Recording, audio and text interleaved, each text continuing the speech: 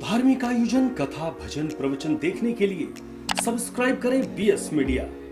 Bell icon button दबाना ना भूलें। गौकर्ण जी महाराज अपने ग्राम को गए। बड़ी सुंदर तरीके से भागवत जी की तैयारी हुई। कथा हम 4 विधि के अनुसार सुनते हैं। ध्यान से सुनिएगा। 4 विधि कौन कौन सी हैं? पहली विधि है सात्विक विधि, दूसरी राजसी विधि, तीसरी तामसी विधि और चौथी निर्गुण विधि। इन 4 विधि के अनुसार प्राणी कथा सुनता है। सात्विक विधि कौन कहलाती है? सात्विक विधि कैसी होती है? व्यास जी महाराज कहते हैं, जिसने अपने जीवन को सद्मार्ग पर रख लिया, जिसने अपने जीवन से, अपने अंदर से सारी बुराइयों को त्याग दिया, जो बिल्कुल सात्विक ढंग से, सात्विक नियमों का पालन करके जो कथा सुनता है, वही सात्विक विधि कहलाती है।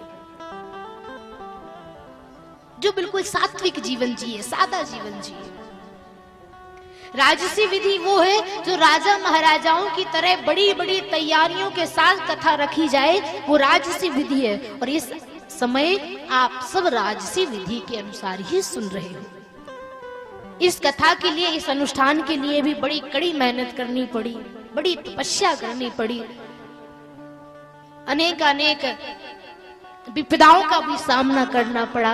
लेकिन जिसके ऊपर परमात्मा की कृपा हो, उसका कोई बाल भी बाका नहीं कर सकता। जो हरि को कराना होगा वो करा करके रहेगा। हमारे नहीं, आपसे हाथ, आपके हाथ से कराएगा, लेकिन कराएगा जरूर। हरि की कृपा सब पर थोड़ी होती है। और जो परीक्षा में उत्तीर्ण होकर के महाराज सभी परीक्षाओं से उनको पास करके, उत्तीर्ण होकर जो आगे बढ़ जाए, वही सच्चा भक्त होता है।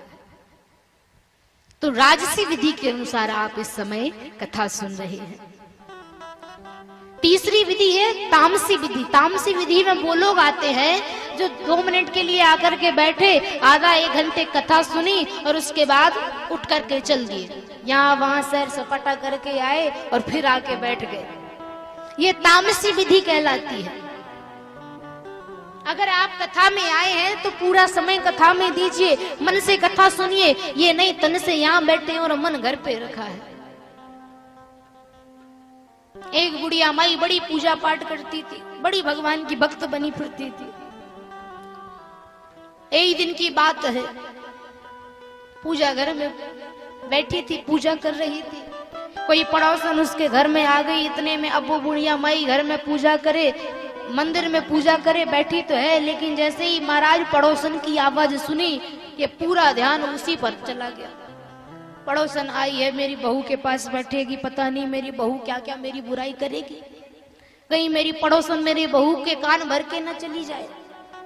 तो ध्यान रखा है उसकी तरफ, तो मंदिर में बैठी है। तो ऐसी पूजा, ऐसा पाठ मत करिए।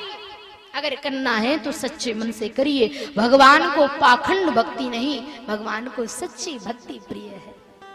जिसने निर्मल मन से भगवान को प्राप्त कर लिया, वही भगवान का सच्चा भक्त माना गया है।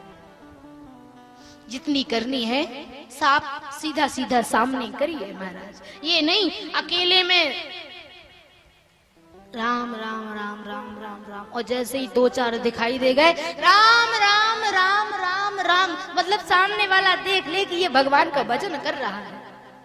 ऐसी भक्ति मत करो, दिखावे की भक्ति मत करो। जितनी करनी है अपने अकेले में मस्त मगन होकर के करो महाराज। ये समझो परमात्मा मेरे सामने बैठे हैं और मैं उनके नाम का गायन कर रही हूँ, मैं भगवान का नाम ले रही हूँ, हम भगवान की कथा का गायन कर रहे हैं या सुन रहे हैं, कुछ भी।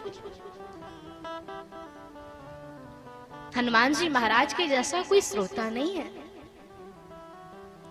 हनुमान जी के जैसा ना ही तो कोई वक्ता हुआ है और ना ही कोई श्रोता हुआ है। हनुमान जी के जैसा बड़ी लीला है प्रभु की, जितनी बताई जाए उतनी कम है। तो कथा में आए हैं तो पूरी कथा सुन करके ही, आरती प्रसाद लेकर के ही जाइए। पता चला 2-3 घंटे कथा में समय तो दिए और जैसे ही महाराज अंतिम संकीर्तन हुआ तो महाराज अपनी आसन फटकार करके अपने घर को चल दिए। नहीं, अगर आपको अपनी कथा का फल प्राप्त करना है तो आरती और प्रसाद लेकर के ही जाना चाहिए। जो संपूर्ण कथा का आनंद लेके जाए वो सात्विक विधि कहलाती है, और जो बीच में कथा छोड़ के जाए वो तामसी विधि कहलाती है, जो कि राक्षसों का काम होता है। बोलो राधे राधे। चौथी विधि होती है निर्गुण विधि, जिसके अंदर ना कोई छल है, ना कोई कपट है, ना कोई द्वेष है, ना कोई भेदभाव है, और निर्गुण मन से जो कथा में बस इसी भाव से आया है कि हमें तो भगवान की संपूर्ण कथा का आनंद लेना है, हमें तो प्रभु की कथा में लीन होना है। अगर ऐसा भक्त का भाव है तो वो निर्गुण विधि कहलाती है। लेकिन आजकल के जमाने में निष्कामना से कौन आए महाराज? घर से चलते देरी नहीं होती कि कामनाओं की लिस्ट तैयार हो जाती है, या ये कथा में जाकर के भगवान से ये मांगेंगे, वो मांगेंगे, ये मांगेंगे, वो मांगेंगे। निर्गुण विधि के अनुसार कथा को सुनिए।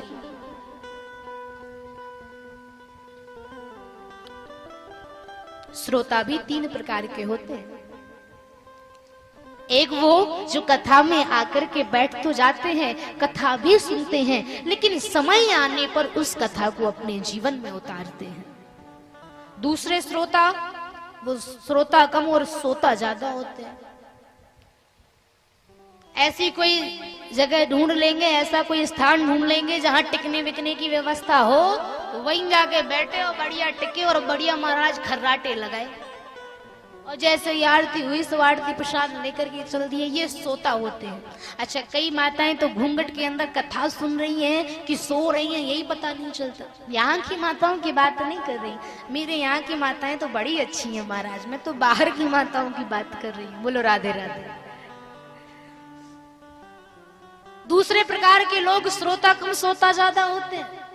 और तीसरे तो महाराज सच्चे मन से कथा को सुनते हैं, कथा के सारे नियमों का पालन करते हैं, संपूर्ण कथा का आनंद लेते हैं, और समय आने पर नहीं बल्कि जिसने आजीवन समय के लिए उस कथा को अपने जीवन में उतार लिया, वही श्रेष्ठ श्रोता माना जाता है। जो कथा में ही जीने लगे, जो कथा के अनुसार ही अपना जीवन यापन करता हो, वही परम श्रेष्ठ श्रोता होता है। गोकर्ण जी महाराज ने बड़े दिव्य तरीके से भागवत जी का अनुष्ठान रखा, राजसी विधि के अनुसार। स्वयं वक्ता बन करके बैठे हैं। श्रोता समाज एकत्रित हो गया। धुंधकारी की आत्मा आई, सोचने लगी मैं कहाँ बैठ जाऊं। मैंने पहले ही बताया है, भगवान की कथा सुनने वही आएगा जो भगवान का भक्त होगा, और भक्तों के ऊपर कभी भी किसी बुरी आत्मा का साया प्रवेश नहीं कर सकता है, अगर सच्चा भक्त है तो। धुंधकारी की आत्मा आई, सोचने लगी मैं यहाँ कहाँ बैठ जाऊं, मैं कहीं नहीं बैठ सकता, ये सारे भक्त बैठे हैं, मैं क्या करूं। देखा 7 गांठ का एक बांस लगा हुआ था। धुंधकारी की आत्मा आई और उस बांस के अंदर प्रवेश कर गई। व्यास जी महाराज कहते हैं पहले दिन की कथा हुई, पहली गांठ फट गई। दूसरे दिन की कथा हुई, दूसरी गांठ भी फट गई। तीसरे दिन की कथा हुई, तीसरी गांठ भी फट गई।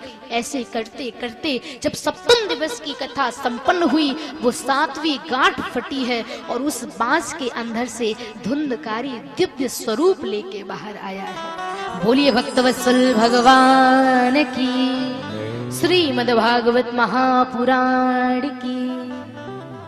धुंधकारी को लेने के लिए भगवान के दूत आए, और जैसे ही लेकर के जाने लगे कि गोकर्ण जी महाराज ने रोक लिया।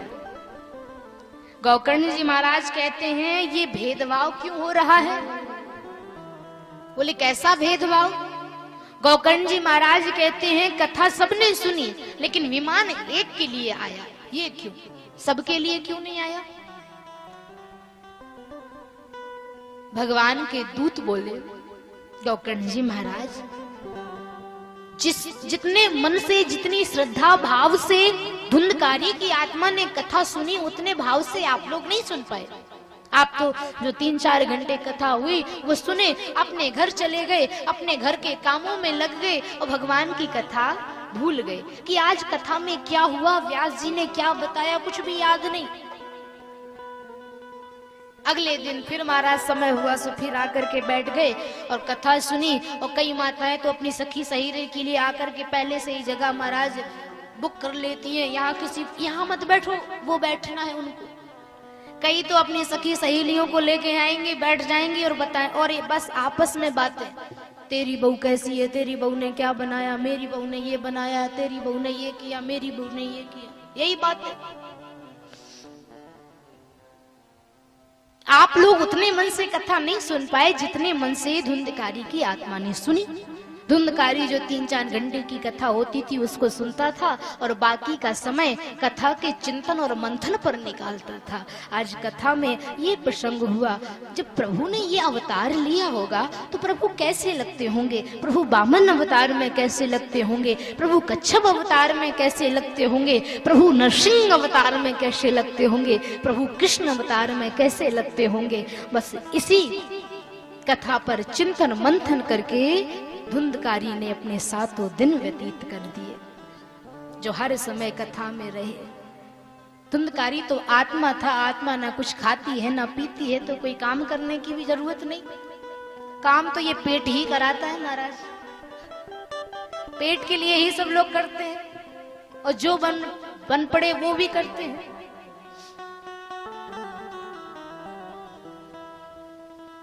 तो गोकर्ण जी महाराज, अगर आपको भगवान के द्वार जाना है, अगर आपको भगवान की रथ में बैठना है, तो उतनी ही भक्ति से कथा सुननी पड़ेगी।